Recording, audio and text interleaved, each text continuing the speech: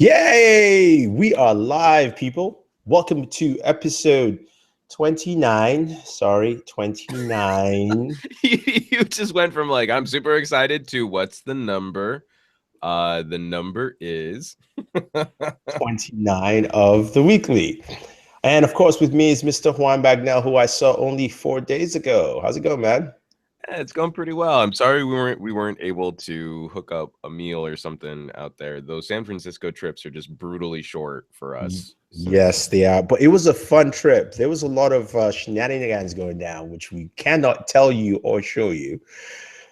But Well, it was actually, fun. didn't Zito? He like showed a bunch of them. Like, Really? didn't he do the YouTuber Honor 8 thing? I gotta go to Zito's channel at this point now. I mean, he did because didn't he do that like first impressions like video or something like that? Oh yeah, he did. No Yeah, bloody it's way. pretty Okay, cool. all right, guys. I will link Zito's first impressions of the Honor 8, but not the shenanigans though. Remember, there's a lot of shenanigans going on the bus. Yeah, not the full shenanigans because that was like super racist. So Yeah, something like that. Well, thanks everyone for joining. And this week we have a couple of topics.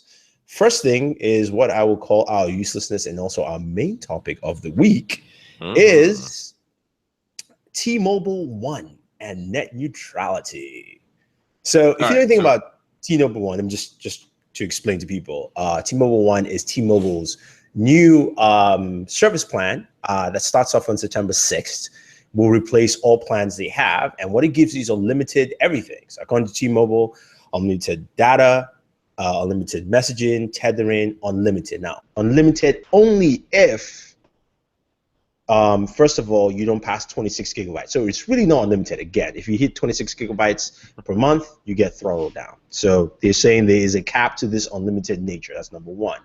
Number two, you lose certain things. So if you already have tethering on your plan and you switch to T-Mobile One as a T-Mobile customer or coming from outside, you will only be tethering at 2G speeds, 2 fracking G speeds. That is what the term I'm going to coin here. 2G. Nobody uses 2G. They don't drop you to HSP plus. They drop you to 2G. Now, yeah, if you want, maybe understand like a megabit, but 2G is pretty brutal. We're talking kilobits. Yeah. Now, if you want to bump it up to 4G LTE, you pay an extra $15. But here's another thing. Now, remember Binge On. This is the one that really is, the bus with candy and luring the kids in. This is the one here where T-Mobile says Binge On is a service right now where you can watch almost all your streaming media free, aka YouTube, Netflix, Hulu, things like that. But it's going to be capped at 480p. Now, as a customer right now, you can opt out of that and then stream at whatever level you want. Now, with T-Mobile One, you're all stuck at 480p. If you want to enjoy 720 to 4K, you now have to pay an extra $25. Now, Yep. Yeah, so I made a video. There's a lot of comments back and forth. It's interesting to hear people's perception because some people are like, yeah, it's fine. But I know. Welcome, Warren, by the way. Thanks for joining us. Oh, hey, Warren. Can't hear you. Hey, we'll keep the conversation rolling. Yeah. So starting off with you, Mr. Juan Bagnell. T-Mobile One. Where does it stand? How useless is this plan to you? And is this all the things we've talked about in the past and some of your fears, because I know you mentioned this particularly, coming to bite us in the ass with net neutrality and how now as customers we have to pay for it? So first of all, the major con that I see with this plan is it's being promoted as this opportunity to make things easier. And now you will understand everything that's going on with your plan, except that you won't. When we have to put all these caveats on it, when we throw out there, well, it's unlimited streaming. Well, you only get 26 gig per month, but it's unlimited data, except for 26 gig. And then there will be throttling after 26 gig. And then you have this optimized stream, so everything streams at 480p for video, or I forget what the quality size is for streaming audio, but like 500, I think. it's reasonable. It's reasonable but, for audio. That but one is okay. It's still, it's still a limit. It's still a limit on this unlimited plan. And then you start looking at what the different prices and tiers are for things like you were mentioning. You start talking about tethering, how the additional lines kind of stack up on your plan, all of those things. I don't know that T-Mobile has really figured out a way to make a better one-size-fits-all plan. I don't know that they've really nailed what an unlimited plan could be or what the benefit to consumers might be. Now, what I think is interesting is, because if we want to get into the political side of the discussion, I actually do think that this helps T-Mobile out on some of those issues that I had in terms of net neutrality. Okay. Where the reason I had problems with binge on, and I forget what they called their something on too, yeah. Yeah, the music side of this equation. The problem that I had with binge on was that they had a list of video providers that worked on binge on, and then other video providers wouldn't work. And that, to me, sort of violated the spirit of net neutrality, where T-Mobile was deciding for us which video streaming services would be winners and losers. And, it didn't seem to matter to me. Like, people were saying, well, these are premium channels, you're already paying for them. And like, that's fine. But then if someone wants to create some other kind of video streaming service and they can't get it on the binge on list, then that, to me, speaks of ill competition. That's a bad way to compete. Mm-hmm. So at least with this, T-Mobile One plan, everybody's video quality is just wrecked across the board. So that, to me, actually speaks to a better position to be in if we're discussing net neutrality. I think that actually helps T-Mobile in some of these debates that we've been having as to whether or not their moves have been pro net neutrality. So I mostly agree with your points in terms of this maybe not being as good a deal for consumers as T-Mobile's making it out to be. My big fears, it seems to be more confusing than a good one-size-fits-all unlimited plan should be. But politically, I actually do want to, sort of applaud T-Mobile for taking this last step in not having these separate lists of approved services or approved apps for their data. Now, everything's just under the same limit, everything's under the same throttle, and I think that's actually better for competition, that's better for the consumer in the long run. I disagree, and I'll let Warren talk if he has audio back. No, still no audio. I disagree because I think what it does as a consumer, the way I look at it is that I'm a T-Mobile user, right? I'm already part of that network. If I decide with any massive amount of stupidity to jump on T-Mobile One, I lose everything. So in terms of like what, to me, I guess the notion of jumping into a plan that has no tethering, number one, and also has capped video, to me, it's just a backward step. It really is. It's gone from being a free option to me using my data to now me paying for it. So I've gone from having something that I do now to, if I switch to that plan, to now paying extra. So, as somebody said, T-Mobile has to pay for all the free things they've been giving us somehow. This is they don't have that sweet AT&T cash rolling in. Yeah, exactly. So that's what it is. It's like they have to pay for all the free stuff they've been giving away, and that's where I'm annoyed as a customer. I mean, I'm not going to. No, I think you're totally right to be annoyed. I think the biggest disconnect here is the presentation of this feeling, the presentation of this seeming like it's some revolutionary idea, but the actual execution lacking. Yeah. Where I, as a political citizen, though, I agree with this step in that it really does take the burden of net neutrality debate off of T-Mobile's shoulders. I mean, it's a joke, but it's apropos that if you can't stream everybody's service at high quality, or you can't include everybody's service under your plan, then the best way to guard yourself is to make sure everybody's experience sucks. I think that is actually the best way to sort of live in the spirit of a net neutrality no, world. I definitely agree, but then let me stream if I'm paying for unlimited. Why cap me and charge me more? That's my problem. I agree with that part. Oh, Cap we everybody know the for answer to that. it. I mean, the answer to that is legitimately, at some point, a network density will be exhausted, and T-Mobile's network has improved significantly over the last couple of years. But this is their safeguard Yeah. to slow roll out if all of their customers start streaming Netflix. There will be a limit where that pressure point hits, and so this to me does sound like they're cautiously seeing what their network can actually handle. Warren. Oh, there we go. Good. How's it going, man? All right. This whole T-Mobile thing is pretty crappy. This whole unlimited plan. It's not a real unlimited plan. They're using it as a marketing tactic. You're actually better off just staying on a meter plan than you are trying to get on one of these unlimited plans that aren't actually truthfully that. 2G speeds is a ridiculous joke to throttle people to.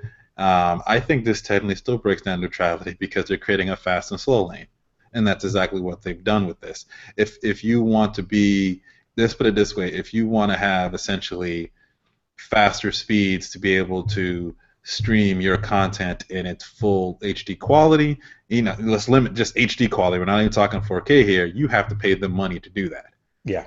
So, and essentially, they're creating a fast and a slow lane. No, I disagree. I very much disagree with that, because we've had this understanding that as long as you're upfront with the consumer about what capacity or what bandwidth they're paying for, when we talk about fast and slow lanes, that was a discussion on how carriers or ISPs handled interconnects that the consumer had no access to. So, like, if you pay for cable, you pay for faster tiers of bandwidth. They are not artificially throttling the connection to the service that you're engaged with. So if I'm paying for a 20 megabit connection and Time Warner says, oh, but you can only stream Netflix at 1 megabit, that's a fast and slow lane argument. Now, if I pay for a 40 megabit connection, that's not a fast and slow lane. That's just charging for a different tier of bandwidth. But technically, that still is, because you're still having to pay to get faster speed with it. That's just kind of dancing around the same exact argument. That's what we've agreed upon as how we pay for different tiers of bandwidth. It's not we are punishing the consumer for not using one of our services. So even though they're paying for 20 megabits, we're only going to give them one. That's what was happening to Netflix. That was the creation of a fast and slow lane. But that's essentially what's happening now.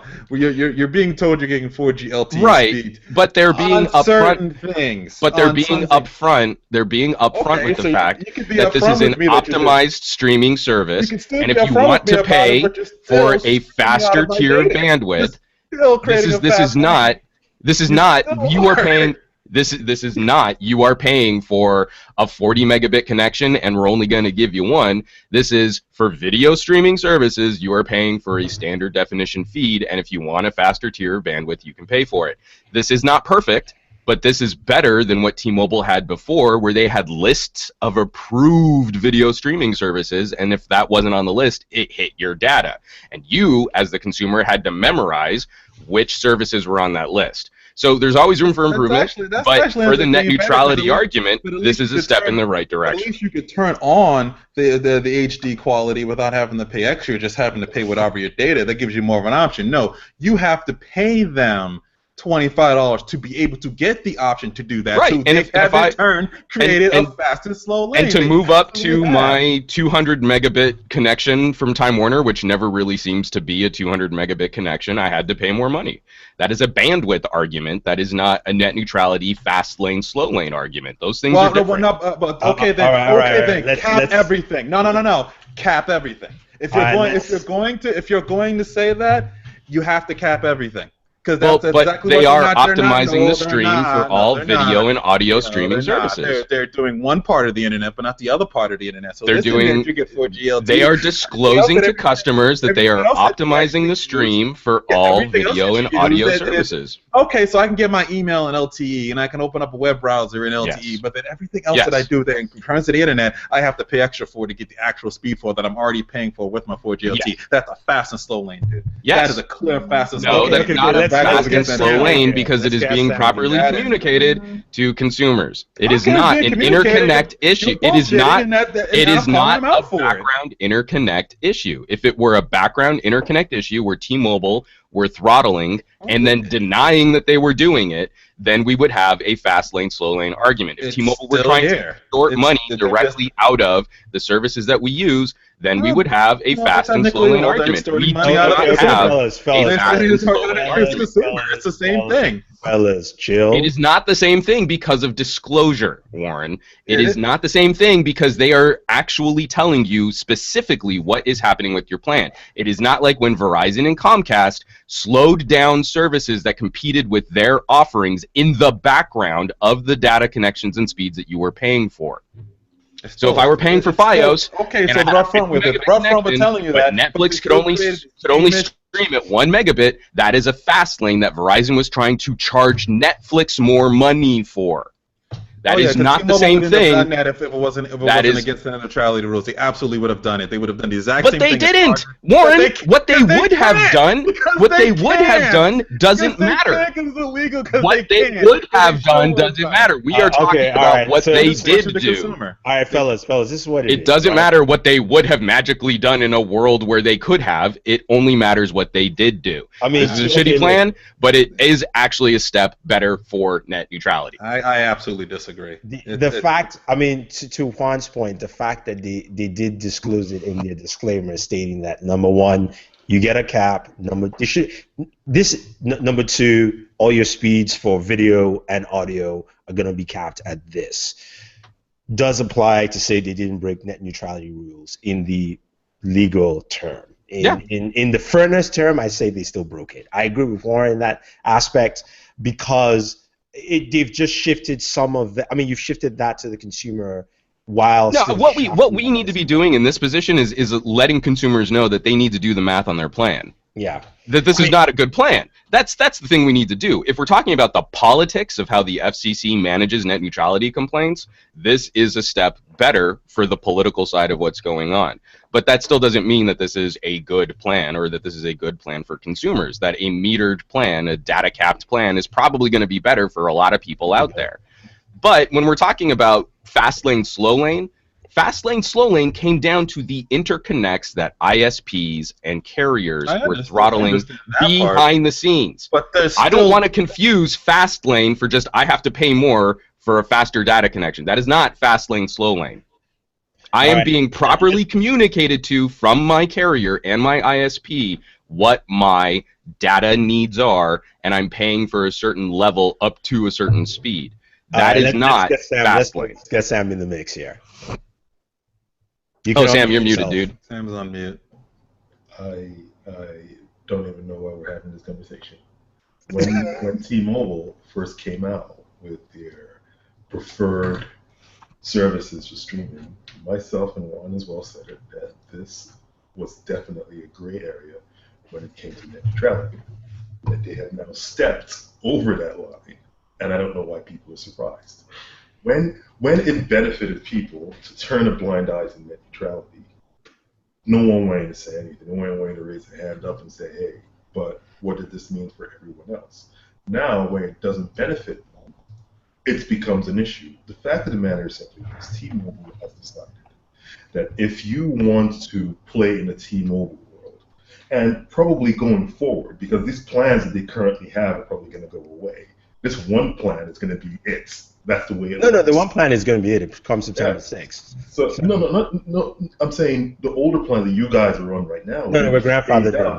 It's going to be phased out eventually, like every other grandfather program from Sprint, AT&T, and Verizon. We've seen it happen before.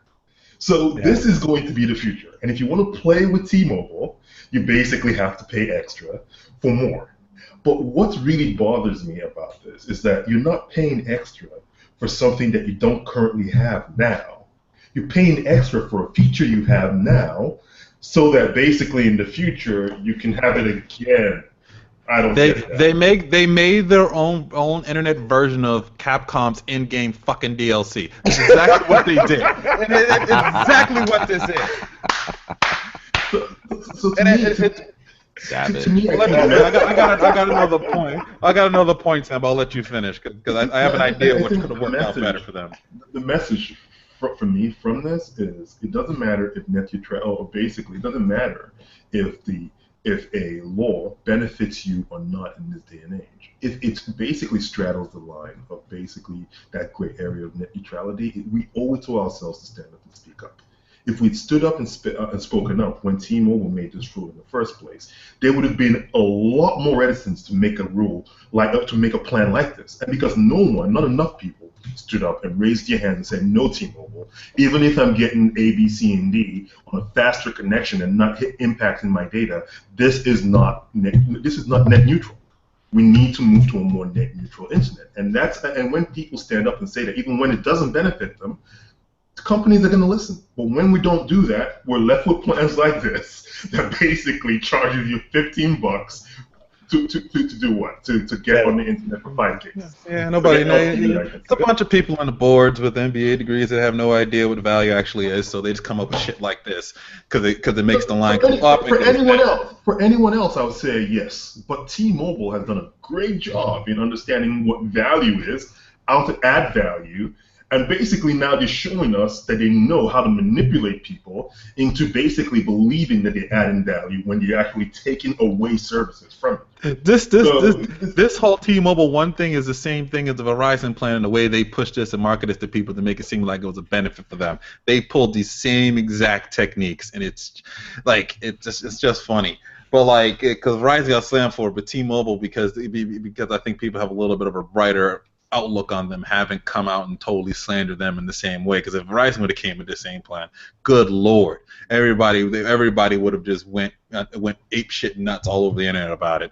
But the thing is, if they really wanted to sell unlimited plans, and if we really want to do things, cell phone data plans should match what we get from ISPs. You pay for certain bandwidth space, and you get unlimited. I've been advocating that for between and space. So if you want to be on a low tier, 5 up, 5 down, that's what Yeah, I mean, if you go back to some of our podcasts initially talking about binge on, that was my solution: is that you should be paying for a tier of speed, not for a bucket of data.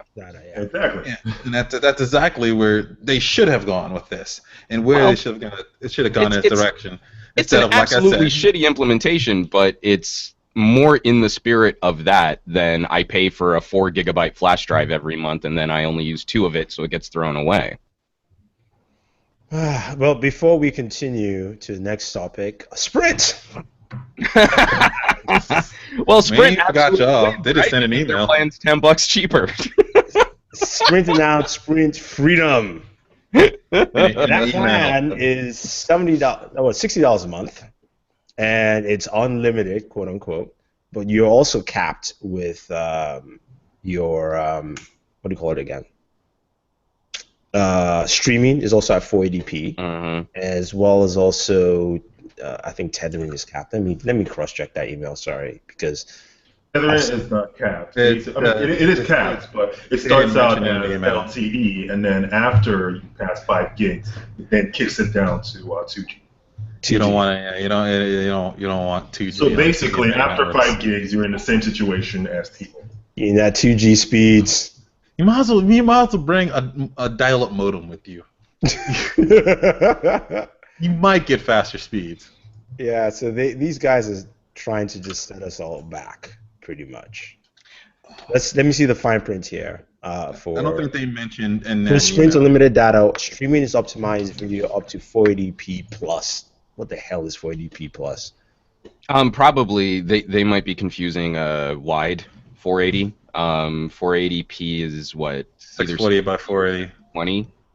Resolution and music streaming at extreme quality up to 500 kbps. Gaming so is good MP3s. Gaming is limited up to 2 megabytes. Megabits per second, sorry. So in a way, when we start looking at these optimized streams, Candy Crush. When we start looking at these optimized streams, what we're saying is that there is one tier of bandwidth that is a low tier of bandwidth. And so what I think, because to Warren's point, if we want to make this less confusing for consumers, what we need to say is in your neighborhood, and this is what's tricky about wireless, is it's easier to do this with cable because you can more consistently predict how a network infrastructure is going to perform when you're actually plugged into it. But what I think the wireless industry needs to do is just start saying, you've got a 1 megabit connection. You've got a 10 megabit connection. In your area, you can pay for a 50 megabit connection. And that's, I think, going to be the easiest way across the board just to sort of sort out what's going on here. Because I think most consumers, rather than trying to buy a bucket of data that they don't know how much they're really going to use each month, would say like, well, you know, I'm doing this and I need to do that, so maybe I should pay for, you know, this middle speed tier. And then everyone's happy. Yeah, I think that's an easier way to understand it. That's this is Sprint's breakdown of Sprint Freedom compared to Simple Choice, which is the current T-Mobile plan. It tells you what it has there: $60, unlimited optimized streaming, video, gaming, and music, unlimited high-speed data for everything else, aka Facebook, apps, and email. That's pretty much it. Don't piss off Facebook. That's pretty much it. I mean, the moral of the day is this. If you're on T-Mobile right now, do not dare switch to T-Mobile One. Wait till they kick you off. Stay with whatever you have or get the best plan right now. If you're looking to switch to T-Mobile, you have to the 5th of September to get the current plan and stay with that. After that, no. If you're on Sprint, what's the current plan now? It's $65 actually, and you get six gigabytes of tethering with it. And nothing is capped. Oh, but you know they're going to change. That cap is easily changeable. You can basically say, oh, the 6 gigs now is only going to be 2G for 6 gigs. Great. That would violate a contract. Yeah, that would violate a contract. Oh, God, they do it all the time. What are you guys like? You guys actually going to go argue it with them in court? Oh no! I'll just get on Twitter and abuse the shit out of them. Well, the worst that they could do is what Verizon did to unlimited users and just increase the plans. They could just tack on a fee, but they can't change what's already been said or done with it. Yeah. So because you can legally sue them for it.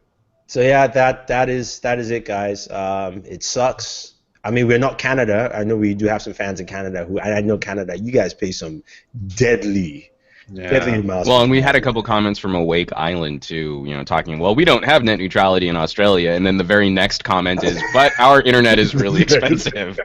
And like, again, where the hell are you getting your internet from? It's just like Game of Thrones, and where the trees at? Where is it from? Yeah. You don't know the thing on your own. Where the hell is it coming from? Well, actually, I was on an Australian podcast 2 years ago, I want to say, when there was this big push for this implementation of sort of a state-funded fiber connection that totally fell apart. And since then, we've seen speeds not progress very much in Australia, and we've seen prices continue to climb. And it's the same situation that we're facing here in a lot of rural areas of the United States, where this is going to be the gateway for people to be competitive in a worldwide marketplace, in a worldwide workforce. And we're not giving them very good tools to compete. And then we're wondering why those areas tend to also be economically disadvantaged. I mean, that's not the sole reason, obviously, but there are reasons that we can point to. So we're weighing all those things together. One of the ways that we can ensure that we can improve the situation for those people is either letting them build their own community-funded public works data connections, or to find ways to increase competition. And those are two things that this current industry in both the United States and in Australia seem reticent to do. Yeah. Competition. And just so that we're very clear, I know, one, you're being very clear to say that just having tiers of connectivity speed is not fast lane. It's not fast lane, slow lane, anti-net neutrality. But when you limit the video on any given stream, the connection speed for video on any given stream to 480p, when you start messing with how I can access that particular content, that becomes an issue for me with net neutrality. Oh, I absolutely agree that it's an issue. What I'm saying is that this is a step better towards actually complying with net neutrality, where if your video connection, which probably wasn't always going to be great everywhere on T-Mobile's network anyway, where if one video service provider counted towards your data and one video service provider did not, that to me was a bigger violation of net neutrality than an optimized stream, which wrecks video for everybody. Again, everybody's under the same penalty of 480p video streaming. So it's not that they're messing with your ability to stream YouTube, because remember, YouTube was not an initial launch for binge on. They chose, well, if you're paying for Netflix, you can have a better stream on Netflix. All right, you can have a free stream on Netflix, but YouTube video still counted against your data. That, to me, was a bigger misstep in terms of net neutrality, the actual politics surrounding net neutrality. Now, everybody's stream is messed with, and every video service provider's video content is reduced.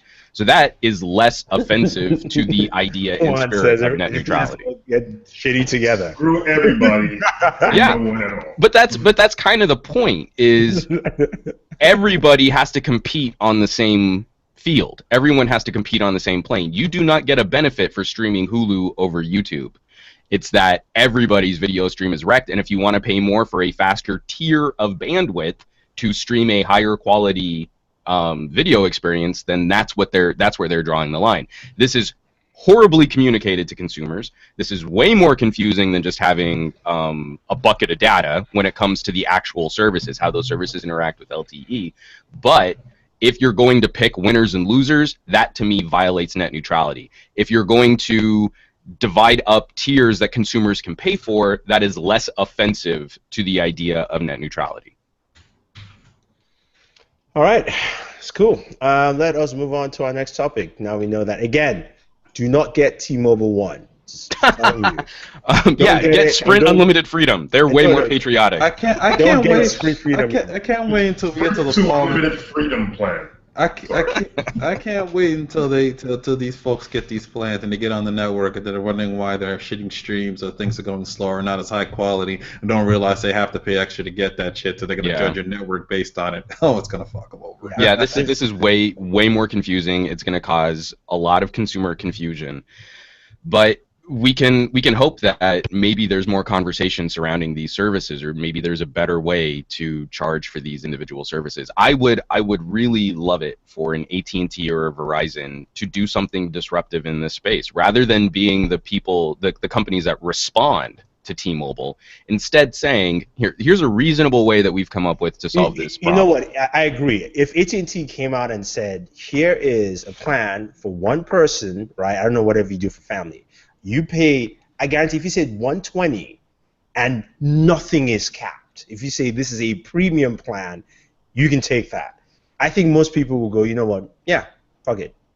Yeah, people who will go, yeah, I can agree. Or it makes sense. Like to the point I've been making for a while, and to the point that Warren made. If AT&T came out and said, here's a 1 megabit per second plan, a 5 megabit per second plan, and a 50 plus per megabit per second plan. And that 50 megabit per second plan is $120 a month, and there are no limits. That would be a way for them to ensure network integrity, because obviously not all of their consumers can afford to pay for that top plan. Yeah. Most of them are going to go for some sort of mid-pack plan, and then you'll have 25. A whole bunch of budget consumers who might just say, like, hey, I'm not interested in streaming a bunch of HD video to my phone, so that 1 megabit per second plan, if it's like $10 a month or something like that, is a perfect way for me to also sort of feed the coffers at AT&T. They could then have a direct reply to John Legere's, and this is a plan that AT&T couldn't even possibly dream of doing. Like they could say, you're right. We wouldn't possibly dare dream of doing a plan this confusing and this horrible for consumers, because we value that data connectivity experience, and we think consumers care about the quality of what they're streaming. So here's our solution, and this is what we want people to pay for, and this is how we think you can get the job done. Instead, I think they're going to quietly fiddle with some numbers and do the same thing that they've always done, and Verizon's just going to sit there like a lump, because they already redid all of their data plans, and they all suck. So now we're going to be stuck in this boat for a couple months until another company picks up the ire to do something fancy, or enough subscribers leave one service that it motivates some kind of corporate change. Well, as always, on the weekly, we have problems, we provide solutions. And of course, nobody pays us for it. So. And no one does. This is one that I'm happily giving out for free, though, because I think if we could change the conversation, I think it would make consumers a lot happier in the long term. Yeah. All right, moving on to our next topic. 0 for T-Mobile. Yeah. Honor had its event this weekend. This week, Tuesday, in San Francisco. Met up with Mr. Juan Bagnell there. Just quickly giving some thoughts on the device, what Honor is trying to do in the U.S. because this was like their first U.S. event, if I'm not mistaken. Yeah. Well, I mean, they had sort of a little. Didn't they have like a little mini baby event at CES for the 5X? It wasn't anything like this where it was their own. They did. But this is you're right in that this is the first time that they've really gone all out. I mean, the collection of YouTubers and tech bloggers that were there was actually pretty incredible for an Honor launch. So yeah, we had some nice video, like we mentioned earlier, which we can't show you because it's very racist. Super racist. It was all Juan's fault. Not my fault. I was just the one pointing out the racism racism as the token pale skin in the group for this week. Yeah, and there were only 2 black people there. Yeah, they definitely needed more POC. Standard tech event. More people of color. No, there were a lot of Latinos though. A lot of Latinos. Yeah, quite a few. My people's represented well, and then a bunch of other like Asian people. Ooh. But it's freaking Huawei. What do you think?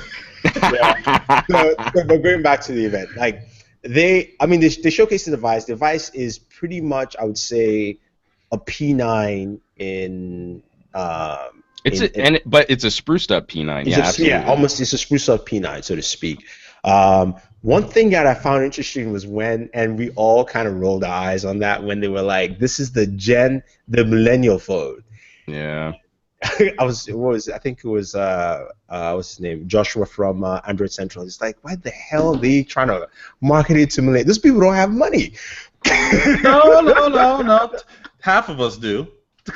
Millennials. And you can always point to the number of people our age and younger like kicking it in Starbucks with MacBook Pros, but then like they can't afford to actually buy anything in Starbucks. Millennials up at 34. You gotta remember that. I think we're Xers, aren't we? No, we're millennials. Anybody from 1980 to like 95 or something like that. It's ridiculously large. They compare it to kind of. That means they changed our demographic. We used to be Gen Xers. Yeah, we're no, we were never Gen Xers. We were always millennials. We were always millennials. Yeah, who was Gen Xers? Well, no. There was that weird fuzzy area of Gen Y. They didn't know what to name us. We were originally they didn't have any. We were originally called Gen Y. They didn't know what to really name us, and then they kind of got lumped in with millennials because a lot of. I like Gen X, man. I thought I was like Xavier. You don't want to be. I think you're 10 years out from being a Gen Xer. You just missed the boat. It's like if you're a Gen Xer, you're like up to about like 78 or 79 or something. Gen like Xer, that. let's see. 34 to 49. Yeah, late 70s to early 80s. Yeah, I'm a Gen Xer, man. Yeah, but then go look up millennials. It's gonna say early 80s to mid 90s. It's gonna say the same exact thing. And I just told you all my age, by the way, so you can guess. We know you old. We know. So you're person reaching But yeah, it was sort of funny though that they were making this big push that this was going to be their youth-oriented phone, and all of the branding is ridiculous. Where you've got like sexy hipsters dancing with bicycles and rollerblades and stuff. You know where that comes from is that the just a side note talking about generations. The millennial generation is fucking huge. It's like 1980 to like something like 1980 to early 2000. It starts from 82. Oh, then I'm not a millennial. Some people mark it off depending on where it is up to like 2001. It's kind of large as shit. Unfortunately, what they haven't done yet is there's a section off of millennials kind of pre-internet and millennials kind of post-internet is what they do. What are you doing? What I'm are not you millennials. doing? I'm like, Great, you're old. Your generation is actually kind of useless and failing. Good job there.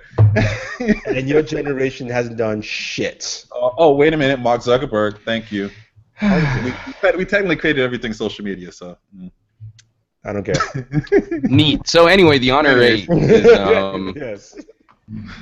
So, is basically a P9, but with a couple little additions and spruced up, and hitting a lower price point. Which all of these points coming together, this is turning out to be one of the happiest surprises of the year for me so far. I was a huge fan of the P9, and this addresses a few of the issues I had with the P9, and then steps up to one of the better glassback designs that I think I've seen on especially a phone this inexpensive. Yeah. No, it really is. It's a nice device, and I mean, to a certain degree, I wish the price point was $50 less. I don't know. I don't know that I'm too upset about $399.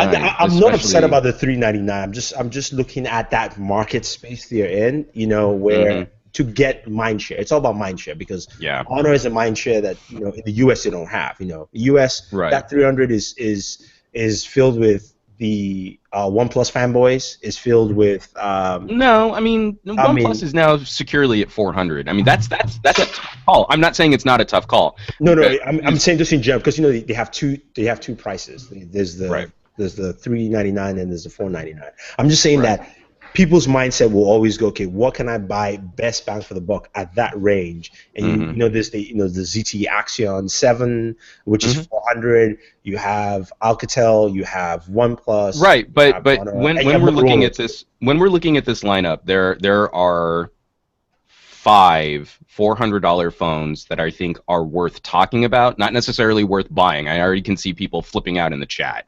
But we've got the iPhone SE, we've got the OnePlus 3, we've got the Axon 7, we've got the Alcatel Idol 4S, and we've got the Honor P9. And I think all of them will have their pros and cons. Honor 8, not the P9. The Honor 8, the Honor 8 Huawei P9 Glassback Edition. Those 5 are worth talking about at $400. Yeah. For us, for fans of this show, we can discount the iPhone SE because 16 gigabytes of storage sucks. And I also have issues with the Idol 4S using the Qualcomm 652 because it overheats to a point where you can't really do anything with video for any length of time. At least in my experiences with my review unit, I had very severe issues with video capture. So that leaves the OnePlus 3, the Axon 7, and the Honor P9. You wouldn't include the Motorola G4? Well, the G4 doesn't hit $400. It is? Oh, it's 300. Yeah, that's right. Yeah, so the Moto is now competing, with the $200 to $300 tier, which is also getting more competitive, and I think it does an amazing job of competing at $300. But once you climb up to $400, it's those 5 phones, and so then we've got the OnePlus 3, which I do think is one of the better all-rounders. I think just about everything on that phone is good. The Axon, I think is I didn't say it was great. Everything on the OnePlus 3 is good. The Axon delivers incredible sound with a minor compromise in low light camera sensitivity when you compare it to the OnePlus 3, and then the Honor 8 flips it. I think the Honor 8 probably has the best still photography experience on any smartphone that I've ever used, but you have compromised that with having pretty mediocre video, and so you get to pick your poison. I think there are tremendous options in this $400 tier. So that's what's kind of exciting, is seeing what we can play back and forth with these different options and pieces, and you can get yourself like 80 to 90% of a flagship smartphone for 60% of the cost. Yeah. Just quick one. Crazy on 3 says 1987, the year the legend was born. Damn it! Thanks, Mom. You know what? I had to mention he gave his mom some credit there, so I was like, all right, cool. But I'm sorry, bro, not 1987. Nah. We were so close to being out of the weeds on talking about millennial stuff. Yeah, but he dropped that in there. I was like, I know. But yeah, I'm excited about this phone. I wanted to talk about this phone. I think this is a sexy phone. Yeah. What kind of screen does it have on it? Tell me about the screen. It's a 1080p. It's a 1080p LCD.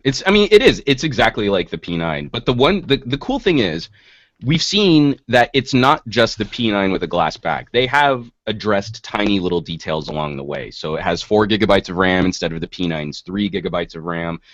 They've redesigned the fingerprint sensor, which it is a little bit faster, and the P9 was already a solid fingerprint sensor performer, but there's a button underneath the fingerprint sensor that you can use to quick toggle different apps. It's kind of like, what do they call it, the boom button or something on the Alcatel? Yeah. And then the screen, while it's the same resolution, the brightness actually gets a little bit lower. I know that's a silly benefit to talk about, but if you ever look at your phone at night, the P9 is significantly brighter at its lowest setting than what the Honor 8 is at its lowest setting. And then they add the IR blaster, so you can use your phone as a universal remote. It's a feature I love having. LG was the only other manufacturer this year to put out a phone with an IR blaster, and I'm happy to see it return on a $400 phone. So a lot of little software and hardware polishes along the way, and you end up with a device that is better than the P9.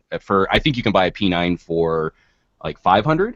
So it's $100 cheaper than the metal version of this phone, and it's better. Sure. All right, let's move on to Gawker. Shutting down.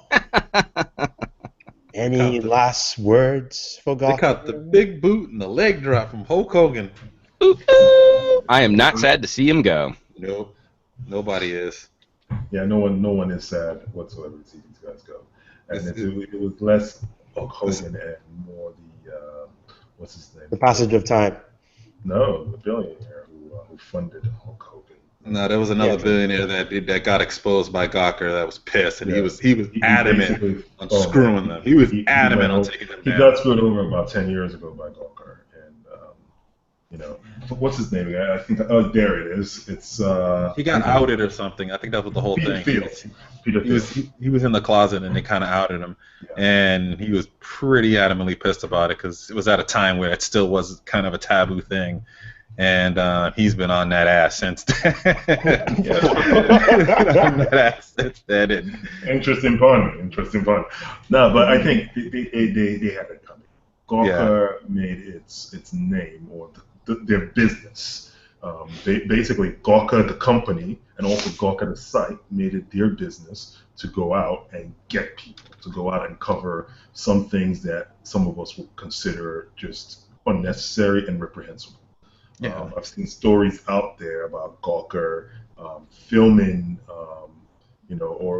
one of the editors of Gawker having a video of a woman who had some stuff in a bar bathroom, and basically his advice to her when she tried to get the video back was, well, act like it's not a big deal. Just act like it's not a big deal. I'm like, wow, well, that's kind of bullshit. So they decided to drop lower than TMZ.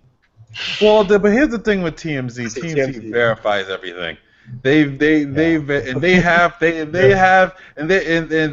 what's his name? They gain legitimacy. They gain legitimacy, especially around the MJ thing. Exactly. That's what gained legitimacy. And the fact that they were right when other sources were wrong at the same time. When other sources couldn't confirm. So they have gained their legitimacy. And even though Gawker has gained legit, because I'm not saying Gawker went right out and lied. It is basically Gawker has done it in a way that, for lack of a better word, it's classless. Integrity dropped. Exactly. The integrity dropped. And extremely hypocritically applied when they were making such a big stand about keeping the Hulk Hogan sex tape, but so reprehensible when the fappening happened and celebrities had their iPhones hacked and nudies were being sent. That's just terrible, but look at Hulk Hogan's sex tape. Yeah. And I think that actually was one of the things that did them in, was their inconsistency in how they approached certain topics. Hulk Hogan was mockable, so it was okay to mock him. Yeah. And it makes it feel as though that they actually just have targets on certain people's backs that they go after. And they absolutely did. Not go after, and that's just that as you said, is inconsistent and unfair. It's unbalanced. Yeah. At the end of the day. I mean, we were sitting comparing TMZ, and the TMZ has its own dirt and its own things that it does, but they've even said they've sat on stories that they won't release because it's going beyond a certain point, whereas Gawker will just roll it the hell out there. And just they don't care. They want to see the world burn. So as long as they make a profit off of it, they'll keep doing it. And it just finally just caught up to them. It's like all that hard work that they put in, or lack of really any true hard work they put in, it's finally all for naught, and it's finally collapsing on top of them, and they're getting exactly what you earn when you run and operate in the way that they did. Mm-hmm. Yeah, I definitely agree. That's very true. No one's sad to see them go. No, that is pretty much it. Our last topic is Android. Looks like Android 7 will be dropping August 22nd. Good. Yeah.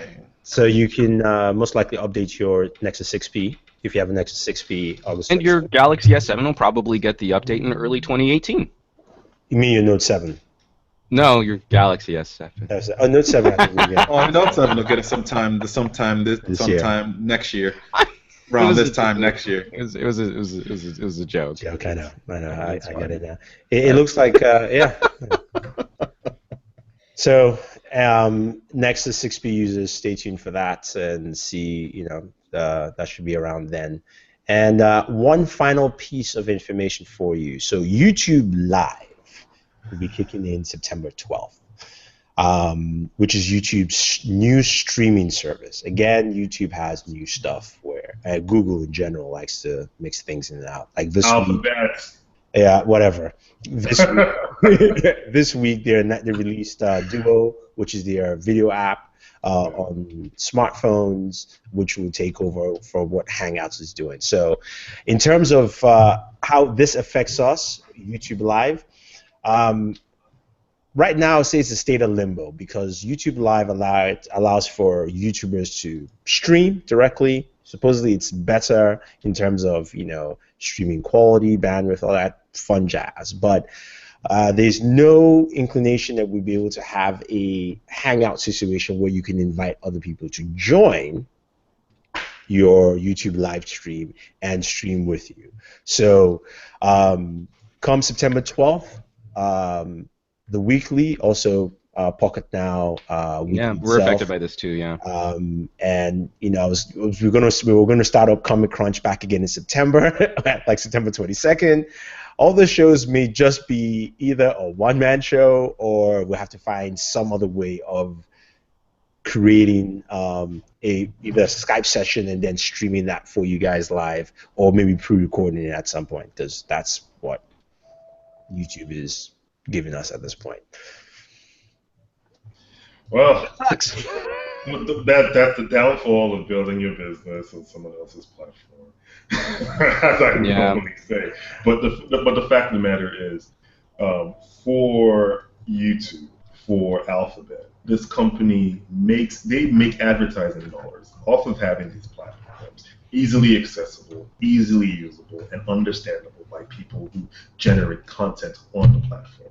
So if you can't do that, or if you're basically messing around with people's ability to make money off of your platform, the next best thing that comes along, you see a mass migration. And I think at this point, with all the things they've done, especially with Google Plus trying to drive Google Plus and YouTube closer together, trying to create... That failed.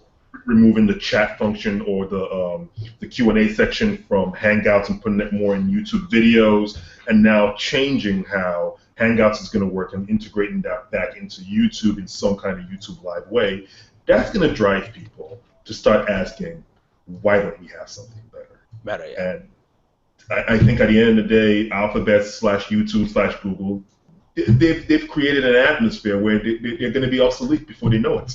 They're going to be obsolete by over-advancing too quickly, and not making any sense. I won't call it a matter of advancing. I think it's just a matter of the fact that they don't want to understand their own platform. Not that they don't understand. It's almost like and they're struggling to respond to changes. Yeah. I think Google still acts like YouTube will eventually be a cable channel to rival traditional TV. Yeah. And they're running money and resources and rejiggering their SEO to sort of celebrate that kind of created content when the whole backbone of YouTube is really built on the producers like us. Nobody watches YouTube and thinks they're watching TV. Exactly. Nobody. Not a single soul. Not any millennial, which is, let's bring that term up again, which is the majority of who's watching YouTube. Not millennials again. The conversation is still going on, millennials. It's like no, but you're right, because they did that last year where they changed the SEO to focus on channels having individual styled content. So people like me who review every single piece of tech, I'm stuck in like a limbo because YouTube wants me to be, I'm just the phone guy. I'm just the TV guy. And no, I'm like, nah, I mean, I like tech. Nah, bruh. Isn't it funny that a platform that was initially used for people to express themselves, as in YouTube, you broadcast who you are, is now trying to limit the definition of individuals on its platform. It's becoming a point where they're going against even the whole concept of. I think they have this obsession, in some ways, of competing against Facebook's advertising model, where all their data is in one nice little funneled sort of silo, and things are easily searchable and easily be able to pinpoint and target, and they just don't have the same targeting capabilities. And I think the initiative in their mind is to make everything that they do try to fit that type of targeting. I definitely agree. And the problem there is that they fail to understand, which is why you have all these other companies who work with YouTubers to do sponsored content, right? Mm-hmm. From the very beginning, YouTube was a source where remember, fashion was a big breakout, where now a lot of women will watch their beauty bloggers and buy things they recommend. So why can't I buy that directly off YouTube? Why didn't you start that? Why didn't you create that model where you don't have to even have a store, but you have to have partners? Amazon, look, you know what? We'll directly link your stuff here, blah, blah, blah, whoever it is. To properly put affiliate links into. Yeah, exactly. So that YouTube already controls that. You're making money off that already, right there. Right there, you're making money off that whole partnership. And saying, look, you know what? We know that we have people who influence your buying patterns. So here, come to the space where, you know what? This is where you can actually directly drive sales. This is not about finding who is what or where it's where. This is about telling the customers these are the people who tell you where you buy your stuff. This is something that they could have done themselves, but now there are a lot of third parties who do that. That's fine, but it's almost like them forgetting the fact that they have this mass user base who reaches out to a bigger audience, aka the whole world, and can affect those people's buying patterns or those people's perception, whatever the case may be, whether it's a health show, political show, it doesn't matter what that channel is. There is always an added value because people are watching. That's just it. And I think YouTube has missed that fact, and like Warren said, they're looking at Facebook and not understanding that Facebook is a closed system. Yeah, it's a closed system. People tend to forget that. Like, Facebook's not an open platform. Facebook's not an open website. There's just billion of us on it. Yeah. So it makes it seem like we're all there, but we're not all there. It's a closed system, so for them, they can easily aggregate their data correctly and say, hey, we have 100,000 people in the Northeast who would love to get a new pair of neckties. So if you want to advertise, right here, go ahead and do it. I mean, their targeting is immensely accurate and immensely on point, but it's just like I think they've got this focus on like you said, like Juan said, on trying to be this sort of cable television network that rivals with those companies, while those companies are putting their same content on the same platform. It makes no sense at all why they're trying to rival these guys. But it's doing that, and then I think they have this focus on anybody that's a popular blogger or comedy or whatever the hell they do, the internet personalities or whatever the hell, the folks on there they love to focus on those folks because those are the ones that they feel that they get the most views and get the most things. But I don't necessarily know, like, to Thunder East's point, do they drive the same amount of sales? Do they drive the same amount of buying power as some of the others, some other people that have a broader focus? It seems like in the YouTube space, and all of us have seen this and have been affected by this, if you try to do more than one thing on your channel, they essentially punish you for it. And it's kind of ridiculous, considering that the whole idea of the one channel was to essentially get people to stop having to have multiple channels, and you could put and funnel all your content within this one channel, and all your different styles and different content would be able to be viewable. Someone would just be able to go to your page and see, all right, this is your content of comedy, this is your content on maybe Because self-up each to his page top. has that curated look. Yeah. Like you go to Comedy Central, and Comedy Central has the different shows on there that Yeah. is actually, that actually publishes. It made perfect sense to have a channel. Everyone has their own channel. What does a channel do? Channel shows a networking of programming. What's on programming? What the programming is, a variety of different things. It's not necessarily one thing or another thing out there, but essentially what they want to do is they want to make YouTube the channel, and they want everybody to have one program that they provide onto this channel. And if you try to provide more than one of those, they essentially try to block you out. Armando is in the chat. What's up, man? Hey, what's up, Armando? Yeah, he said, what's going on? Google has a shopping integrated. Yeah, they do recently. They still don't have Amazon. It's not on there. Which everybody buys from. Which is the biggest. So, yeah. But yeah, they do have that, which they integrated that, was it a year ago or? Does anybody even know they did? That's the thing. Does anybody even know they did? I'm not too sure, but yeah, no, I definitely hear it. I just think that, in general, I think personally, YouTube has so many opportunities that they don't focus on, and they're trying to shape themselves, like you said, into a network. I mean, even as a YouTuber, I don't watch YouTube that way. I don't watch YouTube like I'm watching TV. Even TV, I don't watch TV like I'm watching TV anymore. Yeah. I mean, well, but I mean, also like this metaphor that they've come up with is still terribly executed. What we've seen recently from the way that YouTube prioritizes content is a move towards discovering new content at the expense of giving people good tools to keep up with the channels that they are subscribed to. So even that model fails. On my DVR, I can set a show to record. I get very poor notifications from Google and YouTube as to when my favorite YouTube producers are putting out new content. So even trying to solve those problems, I hate to say it, but Google built a system which valued quantity over quality.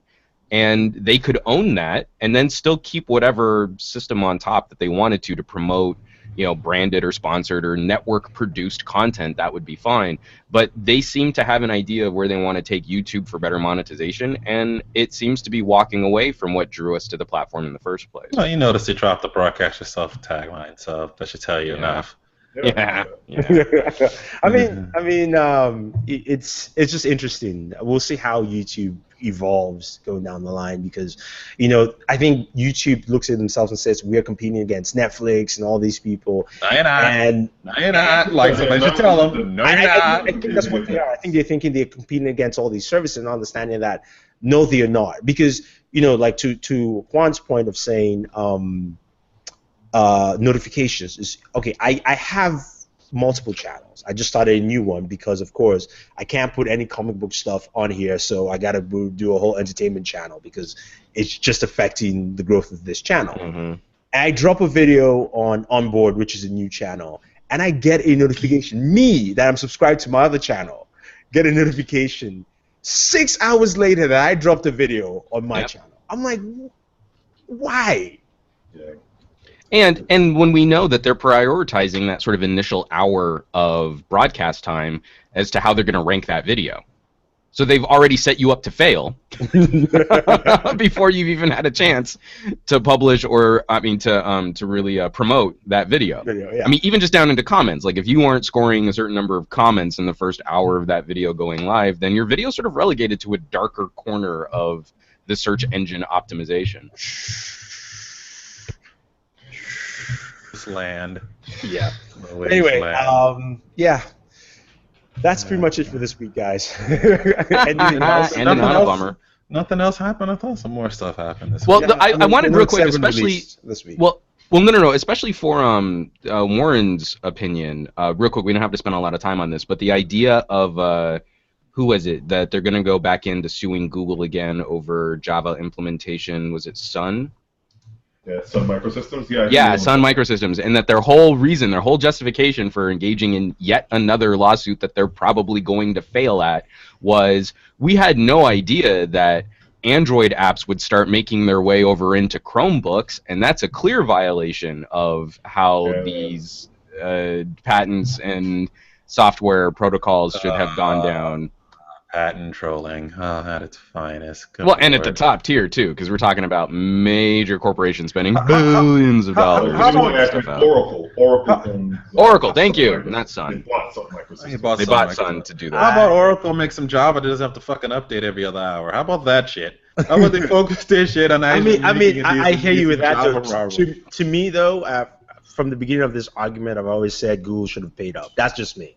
I don't care about anything else, just because you used it, pay up. And now it's just going down a whole bunch of legalese. So at this point, I don't even care. Yeah, I That's just what it mean, is. I kind of agree. It's like just pay up, cross-license, get it done, get it over with, give them the little money that they need because Oracle doesn't have really anything else right now. Also, let them get the little money and then just call it a day.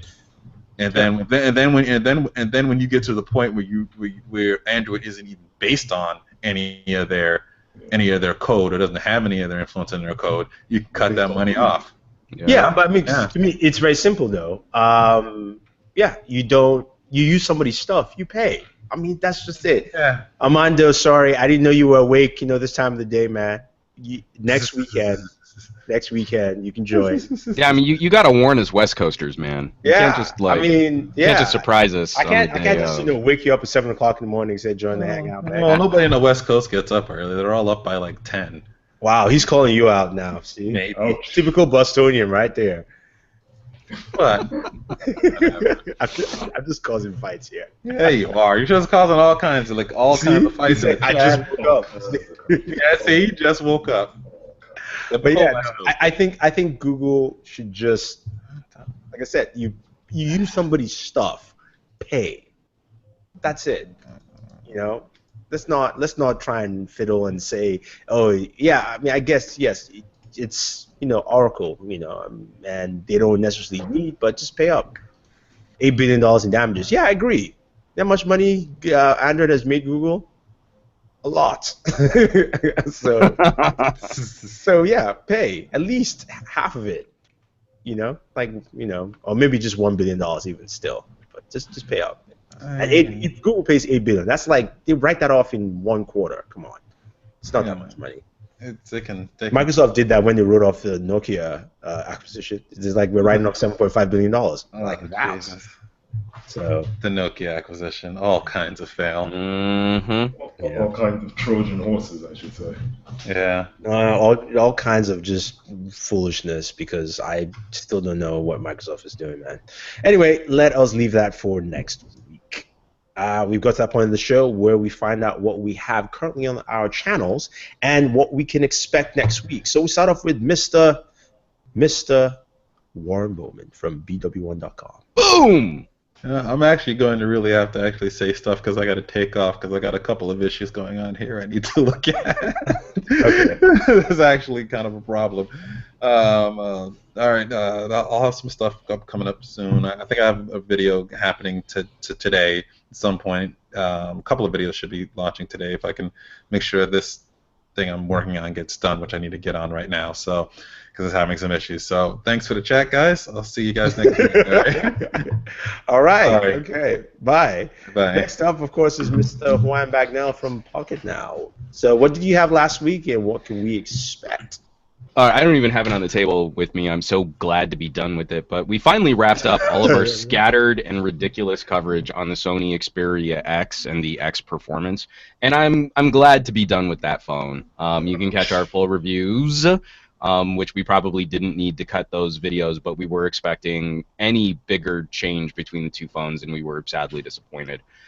So moving forward, and it actually just went live while we were in the middle of this hangout. I just threw up a 48 hours with the Honor 8 video, sort of a second impressions. Been using it for a couple days. Finally set it all up. Got rid of EMUI, threw Nova Launcher on there.